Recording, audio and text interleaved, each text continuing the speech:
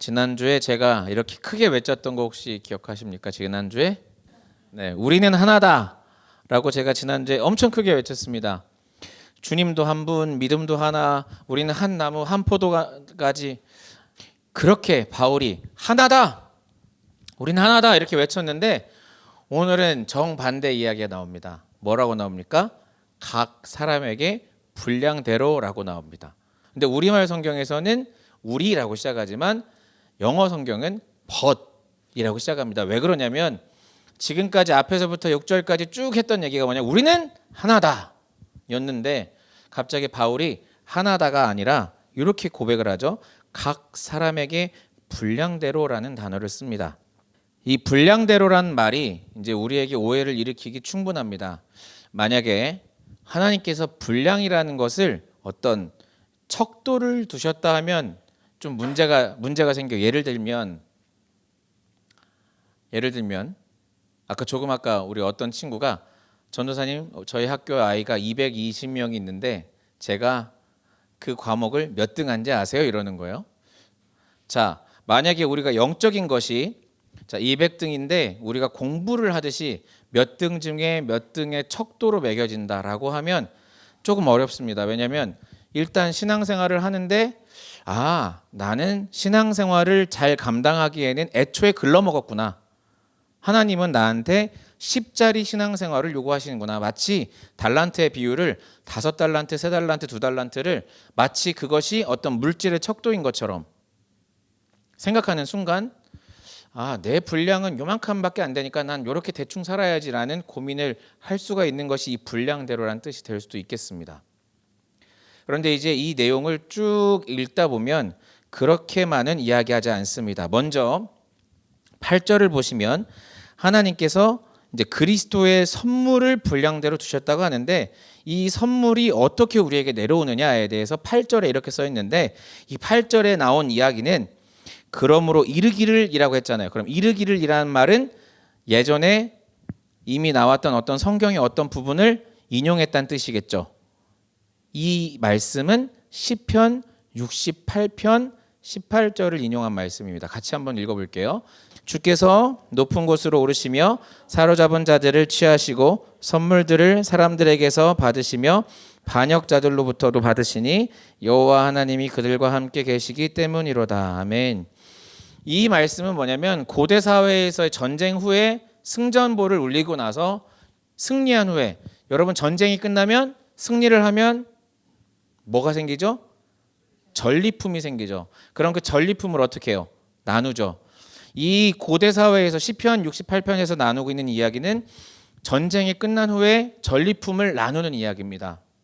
그런데 지금 우리가 만나는 이 에베소서에서 인용한 이 똑같은 말씀을 인용했는데 여기서는 올라가고 나누고 뺏어서 나누지만 우리 에베소서 4장에서는 예수님이 사로잡혔다가 또 땅 아래 낮은 곳까지 내리셨다가 승리를 하시긴 하셨는데 이 시편에서 본디 인용하셨던 시편에서와는 조금 다른 형태의 승리를 하십니다.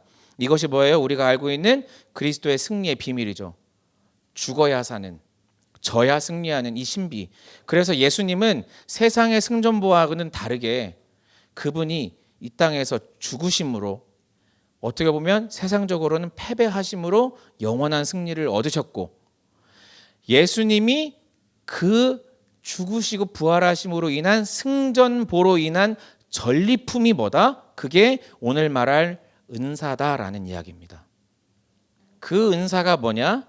이제부터 내려가 밑에 그 은사가 11절부터 나오는 이야기입니다. 11절을 같이 읽어봅시다. 시작. 그가 어떤 사람은 사도로, 어떤 사람은 선지자로, 어떤 사람은 복음 전하는 자로, 어떤 사람은 목사와 교사로 삼으셨다라고 합니다. 자, 먼저 한번 따져봅시다. 사도는 뭡니까? 사도는 뭐죠? 사도 우리 알고 있잖아요. 사도 베드로, 사도 요한. 사도는 뭡니까? 사도는 사실 사도란 말 자체는 보내심을 받은 사람들이죠. 아멘. 사도란 단어 자체는 보내심을 받았다 이런 말이에요. 그래서 어떤 보내심이냐? 우리 성경적으로 따지면 복음, 그러니까 예수 그리스도의 어떤 복음, 그러니까 예수 그리스도가 이 땅에 오시고 그 비밀, 우리가 매주 나눴던 예수 그리스도라는 그 복음을 전달하는 사람. 아멘. 그래서 그 복음을 가지고 가서 다른 사람에게 그 복음을 전하기로 보냄받은 사람. 그래서 이 사도란 말은 여러분이 잘 알고 있는 단어로 치면 사자, 전령, 메신저 이런 단어들이랑 치환될 수 있는 단어예요. 그러면 이 사도란 현재 존재를 하느냐? 현재 존재를 하기도 하고 하지 않기도 합니다. 왜냐하면 이 당시 사도는 어떤 사람들이었냐? 예수님이랑 같이 밥 먹고 차 마시던 사람들. 실제로 성육신하신 예수님과 공생의 시간을 함께 보낸 사람들을 사도라고 했어요. 그러니까 자결한 가룟 유다를 빼고 마띠아까지 해서 13명, 12명 사도를 가룟 유다를 빼고 12명, 그리고 이제 예수님의 형제 야고보와 예수님 아주 측근에서 실제로 예수님과 함께 생활을 했던 성육신에서 육신의 몸을 입고 있는 예수님과 함께 생활했던 사람들을 사도라고 특별히 불렀어요. 그러면 이 사도라는 존재가 지금 현대 시대에 존재해야 돼요, 안 해야 돼요? 그 사람이 존재하려면 그 사람이 약 2100살 정도를 살고 있어야 사도가 존재가 하는 겁니다. 그런데 사도가 존재하지 않지만 사도적 사명을 띤 사도는 존재해야 돼요, 안 해야 돼요? 해야 해요. 그게 누구예요? 대표적으로 바울이죠. 바울은 우리가 사도 바울이라고 부르지만 바울은 예수님과 공생의 시간을 육체적으로 보내지 않았죠. 그가 예수님을 어디서 만나요? 다메섹에서 큰 빛 가운데서 호련히 음성이 들렸고 그때 예수님을 만나고 회심을 합니다. 그리고 그가 이방인의 사도가 되기로 결단을 하죠. 우리 그 말씀 나눴잖아요. 그래서 그 사람은 실제로 그 당시에 사도는 아니었지만 본인은 사도보다 더 극한 사도의 삶을 살았죠. 그러면 현대를 살아가는 우리들은 어떻게 살아야 되냐? 사도는 아니지만 예수님과 성육신한 예수님과 같은 시간을 보냈진 않았지만 복음을 전달하는 사명자로서의 사도로서의 삶은 살아야 됩니다. 맞아요? 아멘. 그것이 사도입니다. 두 번째, 그럼 선지자. 선지자는 뭘까요? 선지자는 이 당시에 지금 우리가 그럼 지금 시대를 사는 우리에게 선지자가 있습니까? 없습니까? 자, 있다고 할 수도 있고 없다고 할 수도 있는데 선지자의 개념이 이렇게 될 거예요. 선지자는 뭐냐? 하나님으로부터 직접 계시를 받아서 이 땅에 하나님의 뜻을 전하는 자죠. 맞습니까? 그래서 우리가 천상회의에 참가한 사람들을 알고 있어요. 그 사람들이 누구예요? 예를 들면 대표적으로 우리가 지난주에도 나눴던 이사야. 하나님의 천상의 회의에서 하나님이 직접 말씀하시는 걸 듣고 이 땅에서 예언을 합니다. 그 이사야가 그랬고요. 또 누가 그러셨어요? 예수님도 당연히 그러셨고 바울도 그랬어요.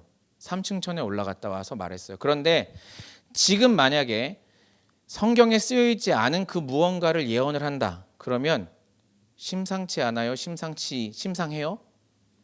심상치 않아야 돼요. 왜냐하면 이미 성경에서 가장 큰 예언이 이루어졌어요. 누구? 예수 그리스도. 예수 그리스도가 이미 성취를 하셨고 이제부터는 그분 시대에 예언한 것들이 이루어져 가는 시대예요. 맞습니까? 그러면 지금 시대를 살아가는 우리에게 선지자적 사명은 무엇이냐? 없던 일을 만들어내는 선지자적 예언이 아니라 예를 들면 여러분 이제 곧 휴거가 일어납니다. 그 날짜는 9월 15일입니다. 예수님께서 이미 말씀하셔서 끝난 종결된 이야기를 번복하는 예언을 하면 그것은 문제가 생기는 겁니다. 하나님께서 나에게만 특별히 말씀하셨는데 앞으로 이러한 일이 일어날 거야 라고 말하는 사람들 중에 제대로 된 사람은 극히 드뭅니다. 그러면 현대를 살아가는 우리에게 선지자적 예언은 뭐냐? 오늘 낮에 담임 목사님의 말씀처럼 메타버스의 시대가 올 것이다. 이것이 바로 선지자적 예언의 가장 중요한 핵심입니다. 이미 우리가 살고 있는 현 시대를 통찰하면서 이 시대의 징조가 무엇인지 이미 예언된 말씀들이 이 시대에서 어떻게 성취될 것인지를 말하는 게 선지자적 사명입니다. 그게 현대를 살아가는 선지자적 예언이에요. 그래서 여러분 절대로 성경에 쓰여 있지 않은 내용을 예언하는 이들에게 현혹되어서는 안 됩니다. 이게 선지자적 사명을 가지고 있는 교회의 역할인 거예요. 만약에 성경에 나와 있지 않은 내용을 새롭게 누군가가 알려준다 그러면 조금 문제가 생깁니다. 그렇다면 지금 두 가지 얘기를 했어요. 사도적 사명과 선지자적 사명. 이 사도적 사명과 선지자적 사명은 지금을 살고 있는 우리에게 이루어지고 우리가 수행해야 될 중요한 일입니까? 아니면 하지 않아도 되는 일입니까? 사도와 선지자는 끊어졌지만 사도적 사명과 선지자적 사명은 오늘날에도 우리가 감당해야 되는 줄 믿습니다. 이 사도적 사명, 부르심을 받아서 보내심을 받은 자, 그리고 이미 시대의 징조를 알고 하나님의 뜻을 이 땅에서 선포하고 사는 삶이야말로 하나님께서 우리에게 원하는 삶인데, 마지막 때에 사도적 사명과 선지자적 사명을 아름답게 이루어 가실 줄 믿습니다. 그것이 그런데 목사님의 일이 되어서는 안 됩니다. 앞으로 이야기할 테지만 그것은 우리 모두의 사명입니다. 이제 사도와 선지자를 이야기했어요. 그럼 세 번째는 뭐예요? 복음을 전하는 자입니다. 신기하게도 복음을 전하는 것은 우리 모두에게 이미 부어진 사명이에요. 그죠? 너희는 가서 모든 족속으로 제자를 삼고 아버지 아들과 이름으로 세례를 주고 모든 걸 분부하여 지키게 하고, 이미 우리에게는 복음을 전하는 복음의 전달자로서의 사명이 있습니다. 그런데 그럼에도 불구하고 이 바울이 이 단어를 여기 써놨다는 이유는 뭘까요? 초대 교회들에서도 복음을 전하는 일이 쉽지 않았고 이 복음을 전하는 일에 특화된 사람들이 있었다라는 뜻이 되겠죠. 맞습니까? 사실 이 복음을 전하는 자라는 이 단어는 그 복음, 유앙겔리온에서 그 파생된 유앙겔리타 뭐 이런 단어가 있는데, 이 단어는 딱 3번밖에 안 쓰였어요. 신약성경에서. 어디 쓰였냐? 여러분이 알고 계시는 빌립 집사님, 7 집사 중에 한 명인 빌립 집사님, 그리고 여기, 그리고 디모데. 딱 3번밖에 안 쓰인 단어예요. 그러면 이 단어가 갖는 유니크한 의미를 조금 알 수 있을 것 같은데, 저는 이 단어가 지금 시대를 살아가는 우리에게 2가지 정도 의미를 준다고 생각합니다. 첫 번째는 선교사입니다. 복음을 전하기 위해 특별한 훈련을 받고 복음을 전달하기 위해 특별한 사명을 띈 사람들, 우리 모두 선교사적 사명을 띠고 있지만 선교사와 같은 삶은 못 살고 있는 게 사실 아닙니까? 그런데 누군가는 이 복음을 전달하는 사람으로서의 특별한 일들을 감당하고 있습니다. 맞습니까? 목숨을 걸고 오지에 가서 선교를 하고 복음을 전합니다. 그들이 복음을 전달하는 자로서의 삶을 살죠. 마치 바울이 그랬던 것처럼, 디모데가 그랬던 것처럼, 빌립이 그랬던 것처럼. 그렇다면 이 복음을 전달하는 것은 특별한 어떤 사람들의 일이냐? 그렇지 않습니다. 이것은 특별한 어떤 사람의 일이기도 하지만 우리 모두의 일이어야 합니다. 아멘. 아멘. 특별히 우리 학생들에게 제가 권면하는 것은 요즘 시대에 예전과 같은 전도의 방법들이 더 이상 통하지 않을 수 있습니다. 제가 말하는 예전의 방법들이란 함은 제가 구체적으로 거론하기 민망하지만 우리가 지난 예배들을 통해서 마치 횡포에 가까운 포교 활동들에 대해서 우리가 이야기한 적들도 있고 여러 고민들을 나눈 적이 있습니다. 제가 오늘 함께 나눈 찬양이 거무나 아름답다인데, 제가 이 거무나 아름답다를 어디서 들었는지 혹시 아십니까? 제가 애플 뮤직을 쓰고 있는데 애플 뮤직에서 이번 주에 많이 들었던 음악이라는 채널에서 이 음악을 들었어요.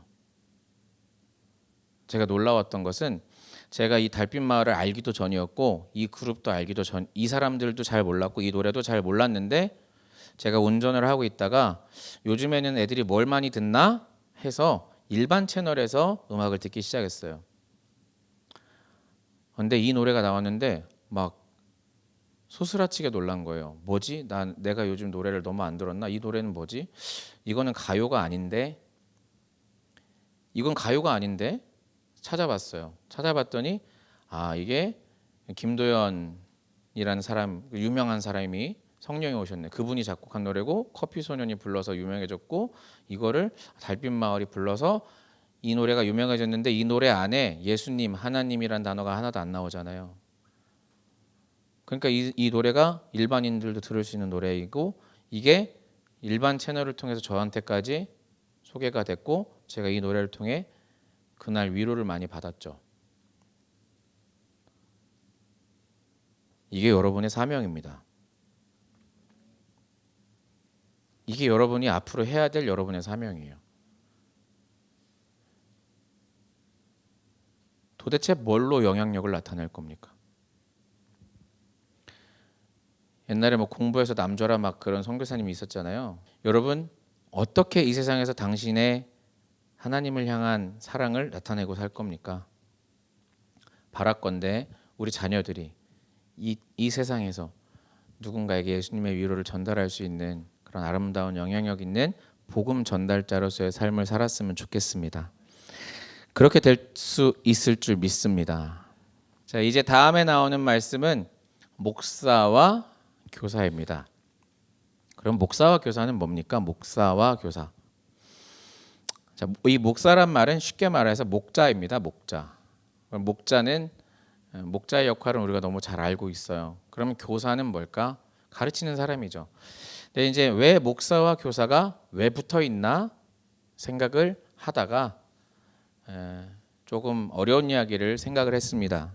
어떤 이야기냐면 우리 한국 교회가 무너지기 시작한 때는 언제부터인가? 라는 생각에 목자만 있고 교사가 없었구나라는 생각을 했습니다. 이게 무슨 얘기냐면 여러분 선교지에 가보시면 사탕만 줘도 구름대 같이 아이들이 몰려드는 선교지들이 있어요. 그죠? 특별히 이제 개발도상국이나 아니면 빈민촌에 가면 우리가 빵만 가지고 가도 어마어마한 아이들이 모입니다. 만약에 이 목자의 역할을 좋은 꼴을 먹이는 것이 교사의 역할과 목사가 교사 역할을 겸비하고 있지 않고 만약에 문자적으로 목자와 교사를 떼어놨을 때 양들에게 좋은 꼴을 먹이고 좋은 물을 줄 수 있는 사람이라는 단어, 그 뜻에서 이 교사, 가르침과 교훈에 대한 부분을 떼어 봅시다. 그러면 선교사가 복음의 이름을 들고 선교지에 가서 매일 빵만 준다고 생각을 해봅시다. 성경 공부는 안 하고 복음은 가르치지 않는데 그저 나는 좋은 사람이야 라는 메시지만 계속 먹이고 입히고 재워주고 했다고 칩시다. 변화가 일어날까요? 뭐 극히 일부는 변화가 일어날 수 있겠죠.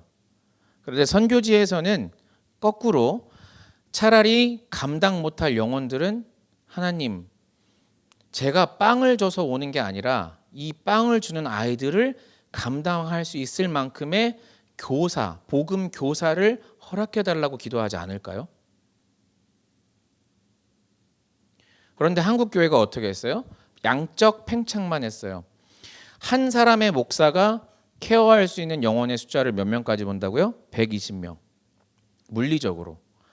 100명이 넘어가는 순간 한 목사가 성도들을 케어할 수가 없대요.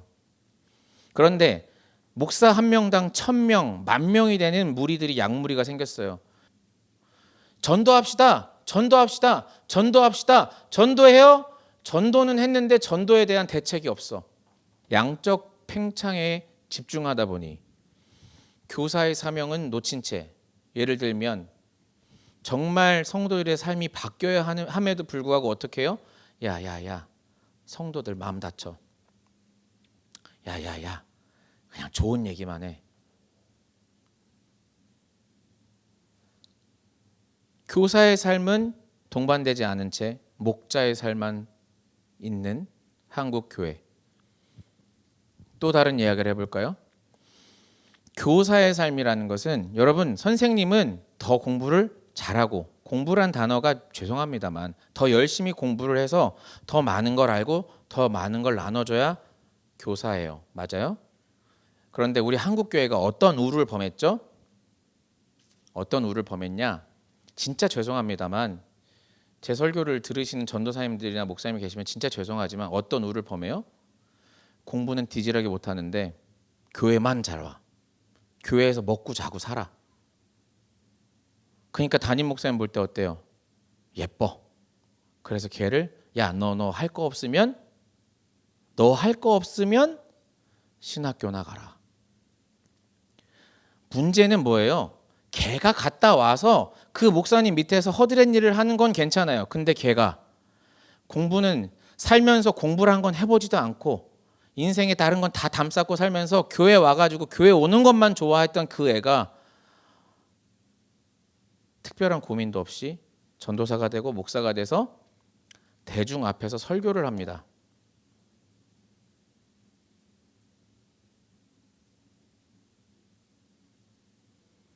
인생에 대해서 제대로 고민도 안 해보고 신학이 무엇인지 하나님이 원하시는 삶의 뜻이 무엇인지 고민도 안 해보고 그저 교회만 좋아서 교회만 들락날락 했던 애들이 강단에 섭니다. 그러니까 어떻게 돼요? 직장에서 어떤 삶을 사는지, 우리 아이들이 학교에서 어떻게 피나게 공부를 하는지, 어떻게 야자를 하면서 고통스러워하는지 그런 건 생각도 하지 않은 채 야, 그냥 교회 그냥 다 째고 교회 와. 그거 못해? 그거 못해? 아, 그런 건가 보다. 그럼 학업도 포기하고 내 직장에서의 삶도 더 그냥 무조건 맹목적적인 충성만 하면 되는구나 라고 교회들이 가르치지 않았습니까? 그 결과 어떻게 됐어요?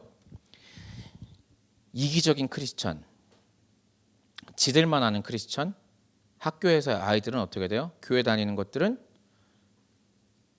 실력도 없고 친구도 없고 교회만 가서 그냥 신나는 애들. 현실이잖아요. 우리는 교회 안에서 너무 쉽게만 가려고 하면 안 됩니다. 열심히 배우고 열심히 승리해야 됩니다. 아멘? 아멘? 특별히 이 배움이란 얘기는 제가 세상에서의 공부뿐만이 아니라 세상에서 열심히 공부하고 머리로 씨름을 해야 교회 와서도 이게 풀어지는 거 아닙니까? 세상의 학문이 뭐 다른 줄 아세요? 다 이게 주의 말씀 안에서 파생된 다 하위 학문 아닙니까? 그런데 그것도 정복 못하면서 교회 와갖고 신학의 정복이 돼요? 말도 안 되는 소리예요. 신학은 학문 중에 가장 고귀하고 가장 높은 학문이에요. 그런데 세상 학문도 정복하지 못한 채 신학을 정복한다? 개뿔. 학교 성적이 안 좋으면서 좋은 신학의 결과가 나온다? 절대 안 나옵니다. 여러분 세상에서도 승리하셔야 됩니다. 아멘? 아멘? 그리고 교회 안에서도 먹고 마시는 것도 중요하지만 우리가 복음에 대한 진리에 대한 끝없는 연구와 고민들이 필요합니다. 그래서 이 오후 예배에 이런 고민들이 더 많았으면 좋겠습니다. 여러분 제가 오늘 여기 이렇게 말한 이 직능은 뭐냐? 이것은 은사에 대한 부분입니다. 그러면 이제 학생들이 고민을 가질 수가 있어요. 그러면 집사님은 뭐고? 그죠? 장로님은 뭐고? 그럼 그런 것들이 성경에 써 있냐 안 써 있냐? 써 있습니다. 사도행전 14장 23절 볼까요? 뭐라고 써 있어요? 교회에 장로님들을 택해서 금식 기도하고 그들이 믿는 주께 그들을 의탁하고 이런 장로님에 대한 표현들이 아주 많은 곳에 있습니다. 사실 장로는 구약에서부터 있는 개념입니다. 그런데 신약에서 장로님에 대한 개념이 다시금 이렇게 언급이 되죠. 그 다음에 감리교에 가면 감리교는 감독제가 있습니다. 감독. 그럼 이 감독이란 것은 성경에 있냐 없냐? 있습니다. 빌립보서 1장 1절에 보면 그리스도의 종 바울과 디모데는 그리스도 예수 안에서 빌립보에 있는 모든 성도와 또한 감독들과 집사들에게 편지한다라고 나와 있습니다. 그런데 여기서 중요한 표현 중에 하나가 감독은 한 명이에요, 여럿이에요? 들이라고 써 있어요. 그럼 집사도 들이라고 써 있습니다. 근데 재미있는 거 알려드리면 여러분이 감리교를 잘 모를 텐데 감리교는 감독이 몇 명이에요? 이 동네에 딱 한 명이에요. 큰 연회에 한 명. 그리고 우리나라를 대표하는 감리교 본부에 계신 감독님이 한 명이에요. 그래서 사실은 이 감독은 그런 감독이 아닙니다. 자, 그 다음에 디모데전서 3장 1절을 볼까요? 이 감독은 그럼 이 감독은 어떤 사람이 감독이냐? 자, 같이 읽어볼까요? 사람이 감독의 직분을 어디로 하면 선한 일을 사모하는 것이라. 그죠? 그 다음에 여기 감독에 대한 얘기가 쭉 나오고, 그 다음에 12절에 보면 집사들은 한 아내의 남편이 되어 자녀와 자기 집을 잘 다스리는 자일지니라. 여기 집사님들 계시죠? 집사님들 계시죠? 집사님들 1순위가 뭐예요? 왜 눈을 내리세요? 집사님들 1순위가 뭐예요? 가정입니다. 제가 이런 말을 할 때마다 자신이 그렇게 있지는 않습니다. 저라고 뭐 잘하겠습니까? 우리 같이 잘 해봅시다. 아멘. 아멘. 집사님들 1순위는 뭐예요? 가족입니다. 가족. 같이 한번 읽어볼까요? 12절 시작. 집사들은 한 아내의 남편이 되어 자녀와 자기 집을 잘 다스리는 자일지니라 하면서 집사의 조건이 나옵니다. 자, 제가 지금 말한 장로님, 집사님, 감독님에 대한 이야기들은 직능이에요. 교회 안에서 어떤 일들을 감당하는 거예요.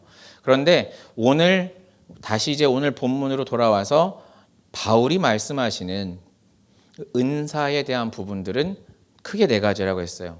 사도적, 선지자적, 복음의 전달자, 그리고 목사와 교사입니다.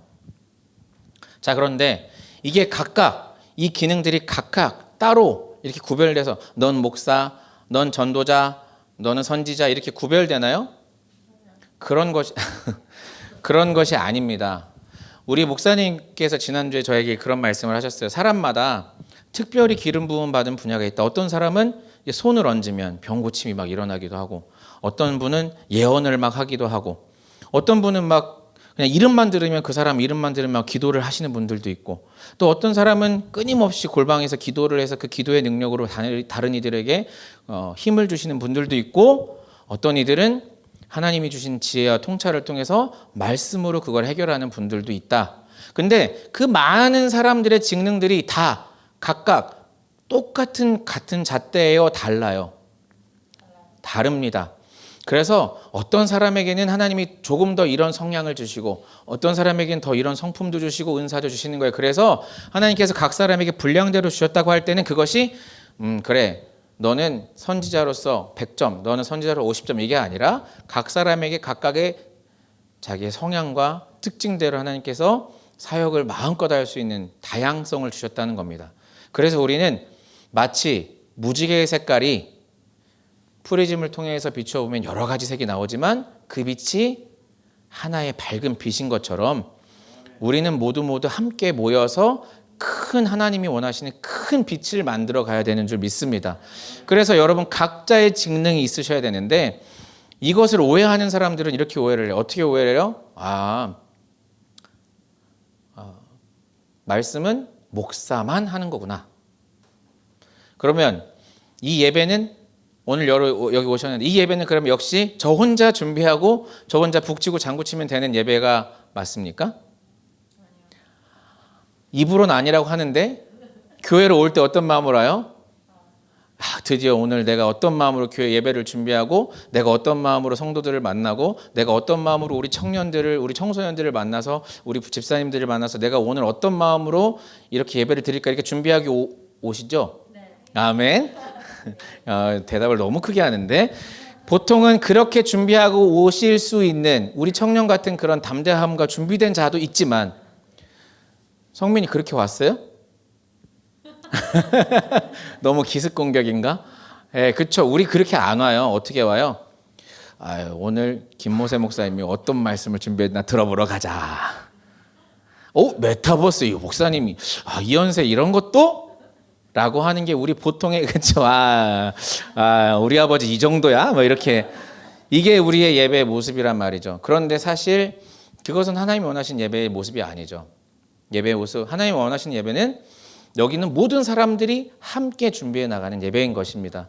그래서 이 자리에서 여러분들과 함께 말씀을 연구해서 나누는 교사로서의, 저는 지금 사실은 목사라는 역할보다는 교사라는 역할이 더 가깝죠. 지금 이 직능 가운데서는. 하지만 교사와 목사가 함께 되고 있으니까 저는 여러분들에게 일주일 동안 제가 고민한 것들을 함께 나누고 우리가 어떻게 한 주간을 살아갈까 여러분과 나눈다면 여러분들은 또 삶의 현장에서, 저도 제 삶의 현장에서 사도적인 혹은 선지자 예언자적인 또는 복음을 전하는 자로서의 삶을 실현해 나가는 것이 진짜 교회의 모습이어야 되겠죠.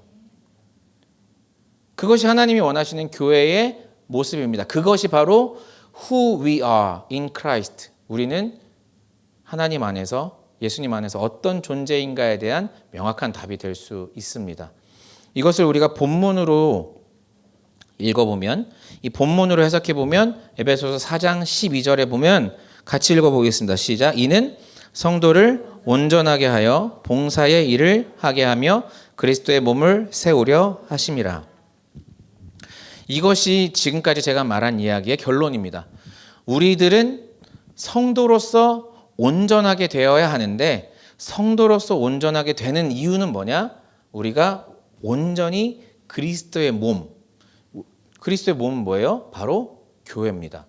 교회가 이 물리적인 교회, 우리 여러분이 다니고 있는 이 물리적인 교회가 아니라, 이 물리적인 교회이기도 할 수도 있지만 근본적으로는 나라는 교회, 그리고 우리라는 공동체, 믿는 자들의 공동체인 교회가 아름답게 세워져 갈 수 있도록 우리가 온전해져야 되는 것이죠. 그게 하나님께서 우리에게 원하시는 삶의 방향인 거예요. 아멘.